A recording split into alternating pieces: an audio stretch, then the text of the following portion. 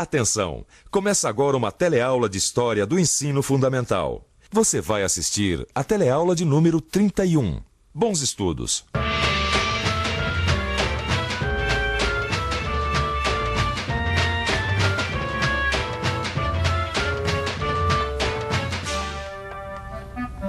Olha só esses veículos aqui, modelos dos anos 50. É incrível como os carros mudaram daqueles tempos pra cá, né? E o Brasil também mudou muito de lá pra cá, principalmente nesses anos. Aliás, é isso que nós estamos vendo nas nossas aulas de história, não é mesmo? E hoje nós vamos continuar vendo as principais transformações pelas quais o Brasil passou nas décadas de 40 e 50, não é isso? Mas preste atenção que o importante não é só saber quais foram essas mudanças, e sim como elas aconteceram. É isso aí. Vamos lá? Olha só, rapaz.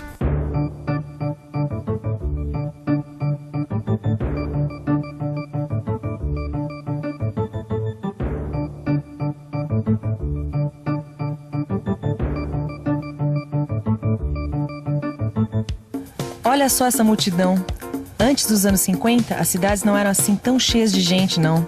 Tá certo que naquele tempo havia menos gente no mundo. Mas mesmo que tivesse mais, as grandes cidades não seriam assim tão abarrotadas de pessoas. O que acontece hoje começou a acontecer naqueles anos 50. A maioria dessas pessoas não nasceu aqui na cidade grande. A maioria delas veio do interior e até mesmo de outros estados. Você já parou para pensar por que, de 1950 para cá, tanta gente veio morar nas grandes capitais brasileiras? Eles tiveram que vir para as grandes cidades brasileiras porque o desenvolvimento do país também veio para as grandes cidades brasileiras. Agora, uma pergunta para você que está aí nos assistindo. Como é que foi que esse desenvolvimento chegou nas grandes cidades brasileiras? Como foi essa história? Você tem até o final do programa para responder essa questão. Ô, Gil. Que é isso, Gil? Isso aqui é a história do Brasil, meu caro. Sabe o que eu descobri aqui nesse livro? Ó, aqui diz que a principal razão da industrialização do Brasil é a própria agricultura. Ué, mas como assim? Bom, é que o Brasil sempre dependeu da exportação de produtos agrícolas, que por sua vez depende do clima, da política e de outros fatores imprevisíveis.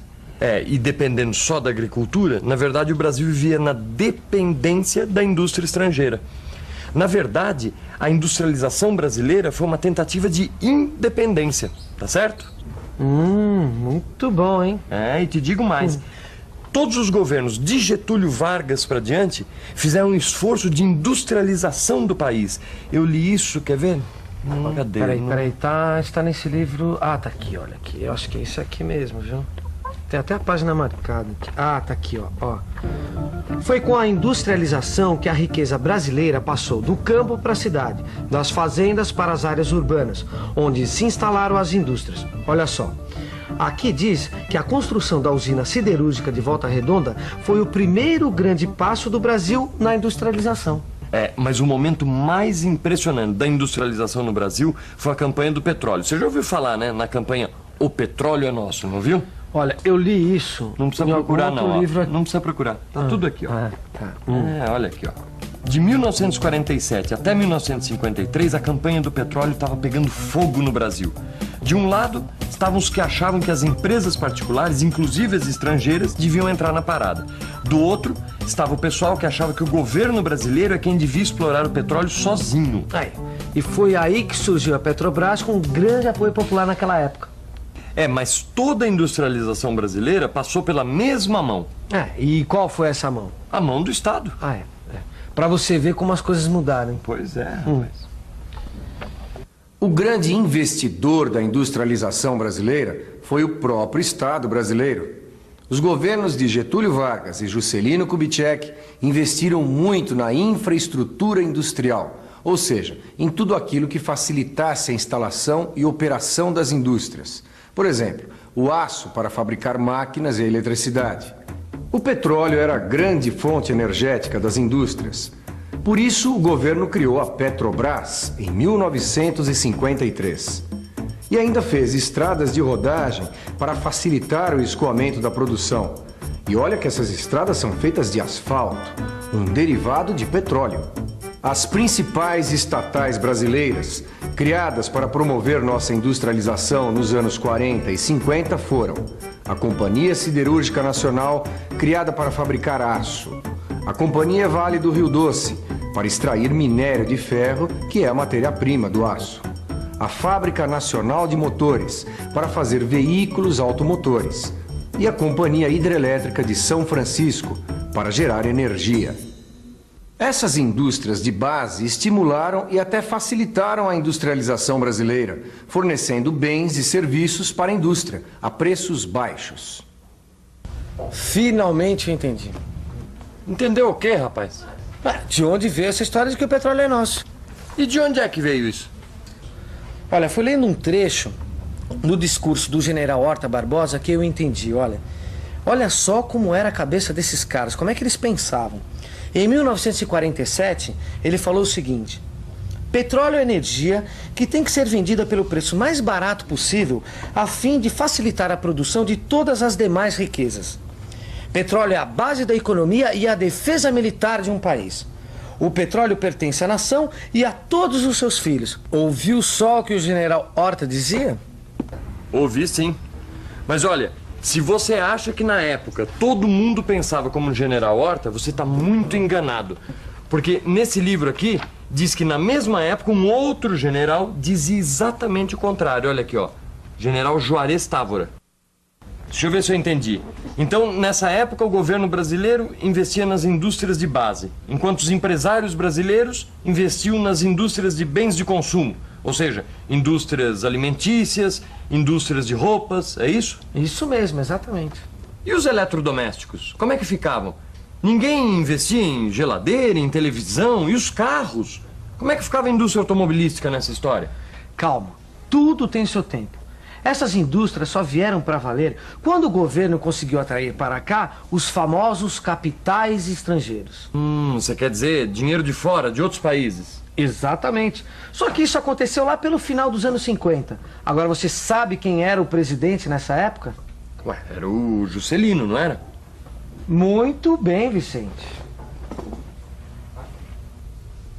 O presidente Juscelino Kubitschek. O famoso JK. Olha só o que ele conseguiu, quer ver? Palavras do próprio JK. Só esse ano, em indústrias, em investimentos novos por capitais estrangeiros, já somamos 232 milhões de dólares contra 70 milhões do ano passado. Nossa, quer dizer que de 70 milhões em um ano, ele passou para 232 milhões de dólares no ano seguinte? Ou seja, em um ano ele conseguiu triplicar os investimentos estrangeiros no país, foi isso? Pois é, mas com todo esse dinheiro vindo de fora do país, você não acha estranho? O quê? Olha, JK era apoiado pelo PTB, que era um partido nacionalista. Era. E como é que ele conseguiu que essas empresas estrangeiras entrassem assim no Brasil com essa bola toda? Ah, isso aí eu sei te explicar. Sabe o que é? É que esse capital estrangeiro ajudava a criar empregos no Brasil, o que era muito bom para o país. Ah, mas esse dinheiro devia dar um baita lucro. É lógico. Agora, esse lucro era nosso? Aí é que tá. Pelo que eu tô aprendendo aqui nesses livros, essa história do lucro é que justamente dava a maior briga na época entre PTB e UDN. Sei. Então é por isso que os nacionalistas do PTB queriam controlar o quanto desse lucro era enviado para fora do país. Exatamente. Agora eu vou te dizer uma coisa, viu? Se a gente tivesse vivido nessa época, você seria o DN e eu o PTB. Eu, o DN? Claro. Ficou maluco? Não, você tem uma postura não nacionalista. Eu? Claro. O médico mineiro Juscelino Kubitschek elegeu-se deputado e governador de Minas Gerais antes de ser presidente da República. Depois que deixou a presidência da República, JK elegeu-se senador pelo estado de Goiás. Com o golpe militar, em 1964, Juscelino foi cassado. Isto é, teve seus direitos políticos suspensos por 10 anos. Em 1976, JK morreu num acidente de automóvel na Via Dutra. Muitas indústrias estrangeiras se instalaram no Brasil nos anos JK. Essas indústrias eram as chamadas multinacionais, ou seja, eram indústrias que tinham fábricas em vários países do mundo. Foram essas indústrias que começaram a produzir aqui no Brasil bens de consumo duráveis: carros, geladeiras, televisores e muito mais. Elas vieram para ficar. E isso mudou a economia brasileira para sempre. No fim dos anos 50, nascia a economia brasileira moderna. Uma economia apoiada na indústria de base do Estado, nas indústrias brasileiras de bens de consumo imediato e nas empresas multinacionais, com sua produção de bens de consumo duráveis. Mas eu li aqui que essas obras do Juscelino, os investimentos na indústria de automóveis, a construção de Brasília e tudo mais, custou muito caro para o Brasil. O governo começou a emitir moeda, pegar muito dinheiro emprestado no exterior. E todo mundo sabe que essas são as maiores causas da inflação. Quais causas você está falando? O governo emitir moeda, pegar dinheiro emprestado para os gastos públicos. Foi aí que começou a inflação brasileira ou não foi? Ora, Gil. Os pequenos homens veem as pedras no caminho. Os grandes homens, como JK, veem a linha do horizonte. Não é bonito? Sei, mas o Juscelino não viu a linha do horizonte no futuro que ele deixou, não. Foi por causa dessa política desenvolvimentista dele que as capitais estão desse tamanho. Porque foi nessa época que os nordestinos começaram a migrar para o centro-sul à procura de emprego e muitas vezes encontrando o quê? Miséria. Sim. E nós temos como herança dessa época o quê? Inflação e dívida externa, meu amigo. Peraí. Você está se esquecendo que ele também deixou como herança a criação de muitos empregos. Por exemplo, a região do ABC aqui em São Paulo só prosperou graças ao impulso que ele deu à indústria automobilística.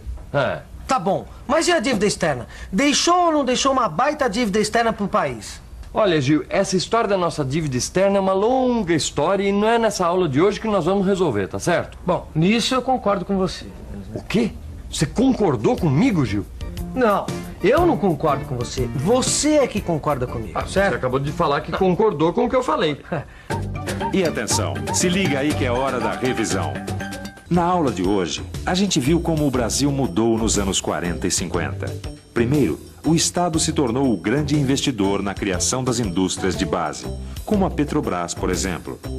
Alguns anos mais tarde, a política de desenvolvimento do governo Juscelino Kubitschek atraiu para o Brasil as empresas multinacionais. Foi assim que, no final dos anos 50, formou-se a base da economia brasileira moderna. O começo dos novos tempos era também o início de novos problemas para o Brasil.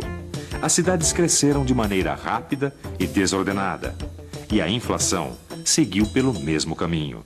Bom, agora que a nossa teleaula acabou, que tal você começar seus estudos abrindo seu livro de história para aprender um pouco mais sobre os anos JK e a industrialização no Brasil? Até a próxima.